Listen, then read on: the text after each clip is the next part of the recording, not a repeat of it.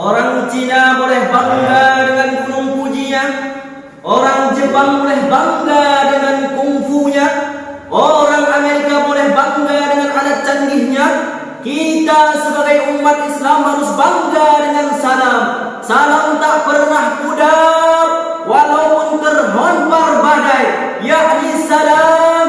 Assalamualaikum warahmatullahi wabarakatuh. Kembalilah kepada tuntunan yang Maha Agung sebagai satu-satunya solusi yang akan menyelamatkan rakyat Aceh dari kemajuan zaman yang edan. Seperti perkataan saudara kita di Jawa sono, zaman edan seng, ora edan ora kedua. Banyak orang yang berwasana mengadu kepada Allah, ya Allah, hidupkanlah kembali ibuku ya Allah.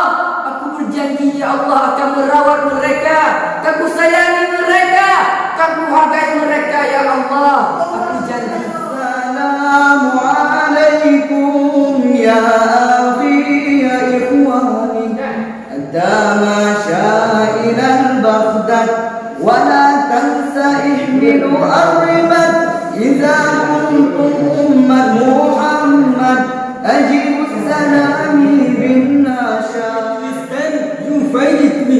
United TV Jama, Firmamente Aqua Jama, Aceh, Sabah Aceh Hoja, Serparsi Akaredi Keliacan. Bersatu kita teguh, bercerai kita sudah berada dalam gaya istiqamah, istiqamah. Hidayah Istiqamahuddin Babul Mu'allim. Napoleon, seorang orientalis berkebangsaan Prancis, mengatakan, the principle of Quran is a lot of trekking can lead men to happiness. Al-Quran merupakan prinsip dan satu-satunya kitab suci yang dapat menghantarkan manusia kepada kepulauan dan indah.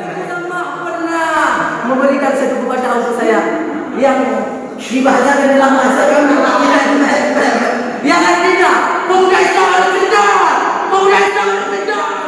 seorang pemencak merupakan orang hitam putih yang merakkan sebuah pion yang kecil. Sebuah pion yang kecil tersebut tidak akan pernah mundur sedikit pun kapanpun selamanya. Selangkah demi selangkah ia digerakkan oleh pemainnya dan sesampai di garis finish. Kebebasan yang kita dapatkan, kemerdekaan yang kita dapatkan tidak terlepas dari pentingnya peran para ulama, peran para habaib, peran para kiai, peran para santri. Makanya saudara, kalau ada orang yang merusak ini bangsa, kalau ada orang yang menghancur ini bangsa, maka Allah akan menghancurkan orang itu terlebih dahulu. Jadikan diri kita berprioritas sama seperti prioritas orang Yahudi, karena mereka pernah berkata, I is myself, you are santri.